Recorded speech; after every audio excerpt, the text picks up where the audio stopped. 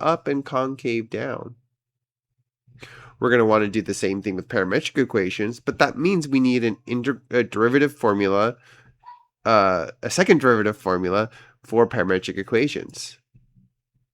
We have the second derivative formula over here, but to explain this notation a little bit, notice that I need to take the derivative of the derivative with respect to time divided by the derivative of the x-coordinate with respect to time.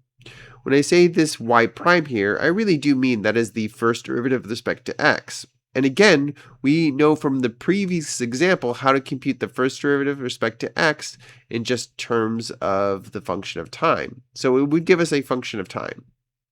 Let's take a look at this example over here. We have the x-coordinate defined by our function of t and a y-coordinate defined by our function of t. The first step is to find the first derivative. And to find the first derivative, we have to find the derivative of y-coordinate with respect to time and the x-coordinate with respect to time. Since the x and y are polynomial functions with respect to the t variable, the derivatives are just the power rules and some rules put together.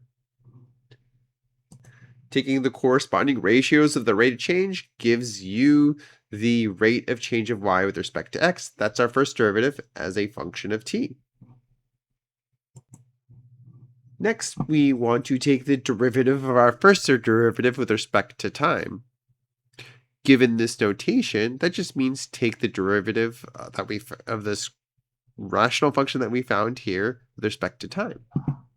Using the quotient rule, I get this expression, which simplifies down to this expression.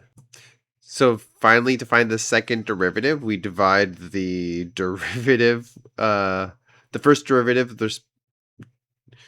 we divide the derivative of the first derivative with respect to time by the derivative of the x-coordinate with respect to time. And we could do a little simplification here to get this expression.